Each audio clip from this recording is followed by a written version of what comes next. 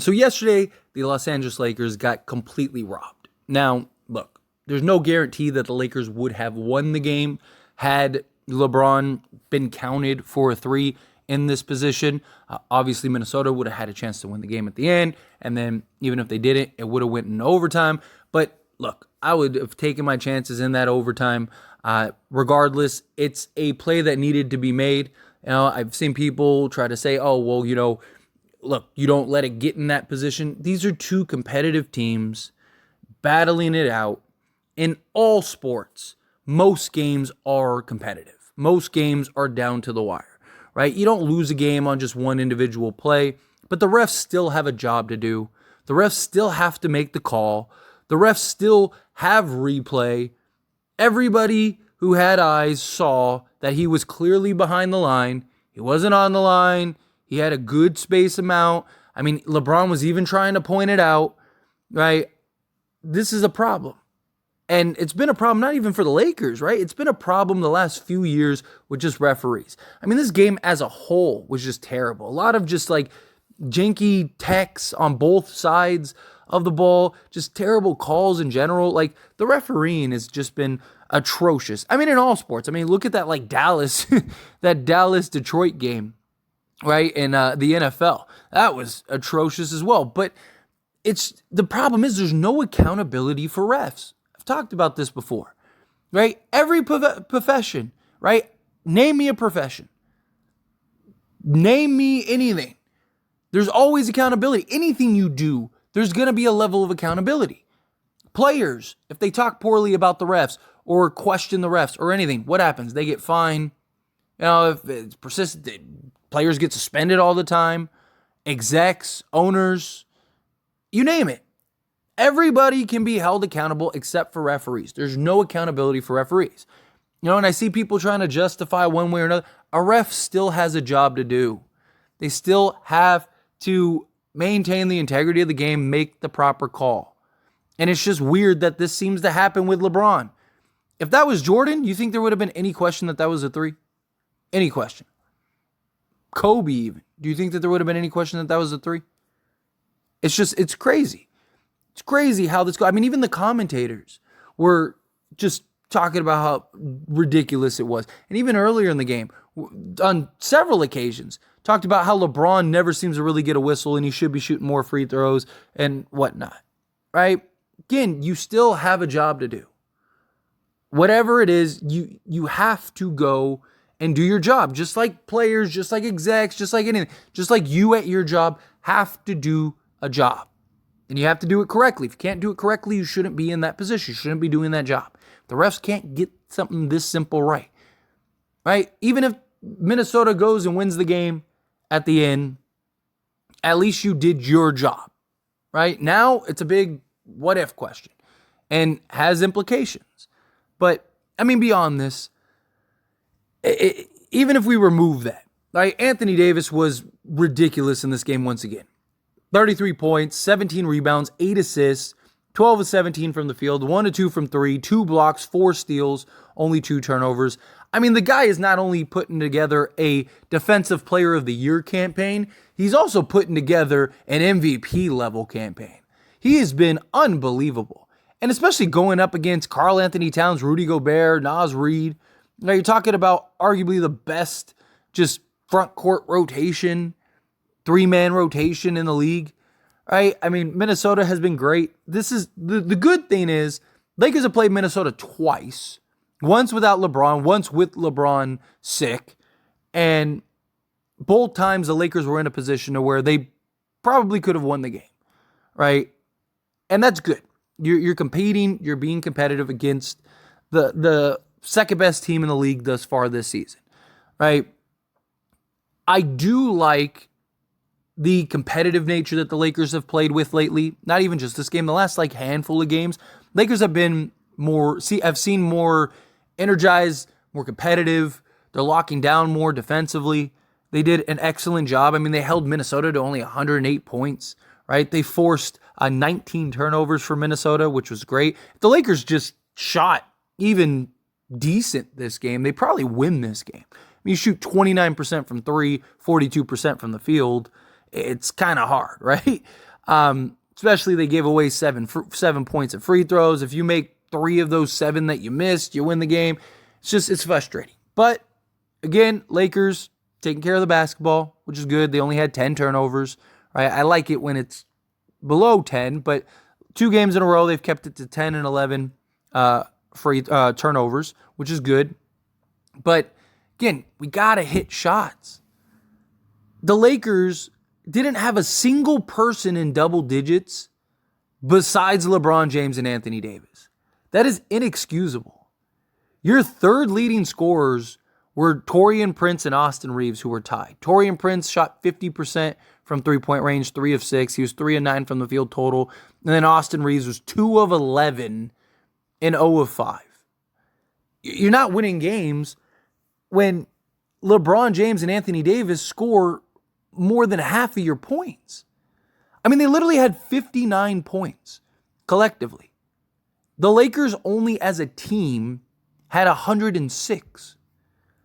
LeBron James and Anthony Davis combined for 20 rebounds, AD 17 of those, by the way.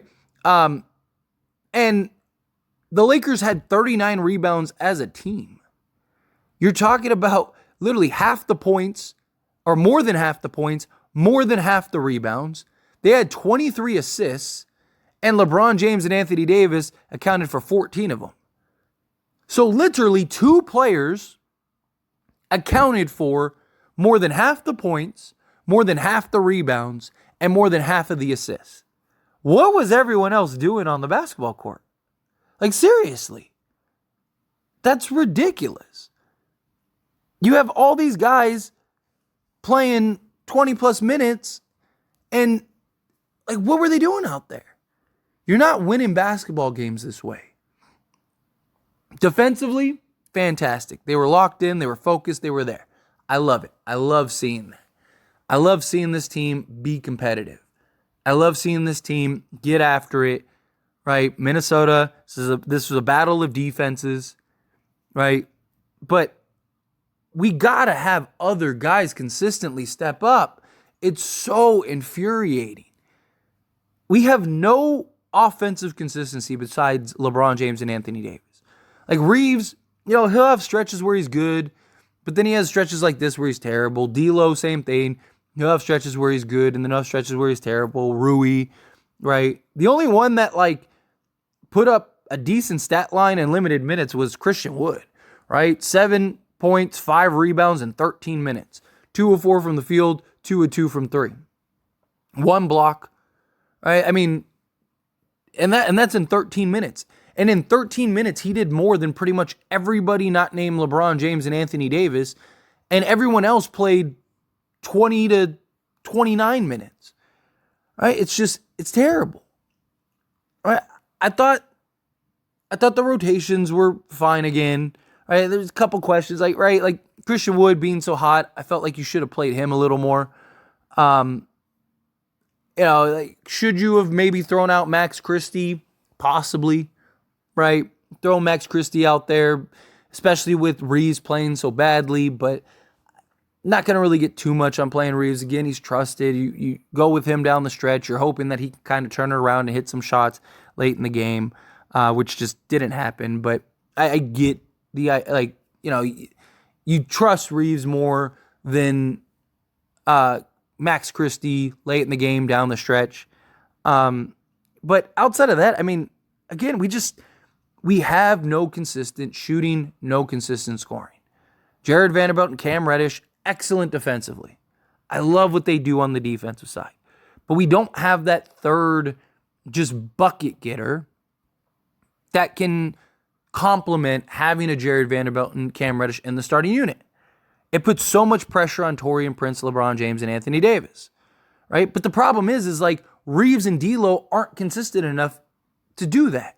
Where if you got a Zach LaVine or a DeMar DeRozan or somebody like that who are just known bucket getters, then yes, I think you could get away with a Jared Vanderbilt and a Cam Reddish in the starting unit, give you some nice balance, right? Kind of make up for the lack of defense from those guys. But until then, it's just what do you do? But the problem is I talked about this before, they're limited for the starting unit. right? Like, do you move D'Lo back into the starting unit? That's a possibility, right? Go with like D'Lo, Prince, Vando, LeBron, and AD. It'd be hard. Like, could you try the starting five that led you to the conference final? Sure. Maybe give that some looks, but like D'Lo, especially Reeves, has been so bad defensively this year. It just is hard. Right? You're putting so much more pressure on Anthony Davis to defend, right? I don't know how well that would go, but I mean, I don't hate the idea of at least trying it. I just think could you move Reeves in the starting unit? Sure, but like, again, he's so hot and cold, gets tunnel vision at times. He's not a great playmaker. So, yeah, you could have him constantly playing off the ball, but unless he starts off just hot, right? It's just, what do you do? Rui, he can't defend. I mean, Rui was getting torched by Naz Reid and basically anybody he was guarding this game because, again, he can't defend quicker players. He can't. He did a decent job against Karl Anthony Towns, right? But he can't defend the quicker players. He's just, I mean, Naz Reid, every time he had Rui Hachimura on him, he just blew by him. Just boom, blew by him, getting dunks at the rim. And it's why I've talked about, like, the Lakers they got to go get a consistent scorer. They got to go get a Levine or somebody. I know people are kind of like, but the Lakers went on multiple stretches where they just couldn't score. Minnesota did too. And you know what happened? They gave the ball to Anthony Edwards and he just went and got a bucket. Or he got to the foul line. Because he could explode and just get to the basket. Right? We don't have anybody like that. Closest thing we have is LeBron. Right? And he can't get a foul call to save his life.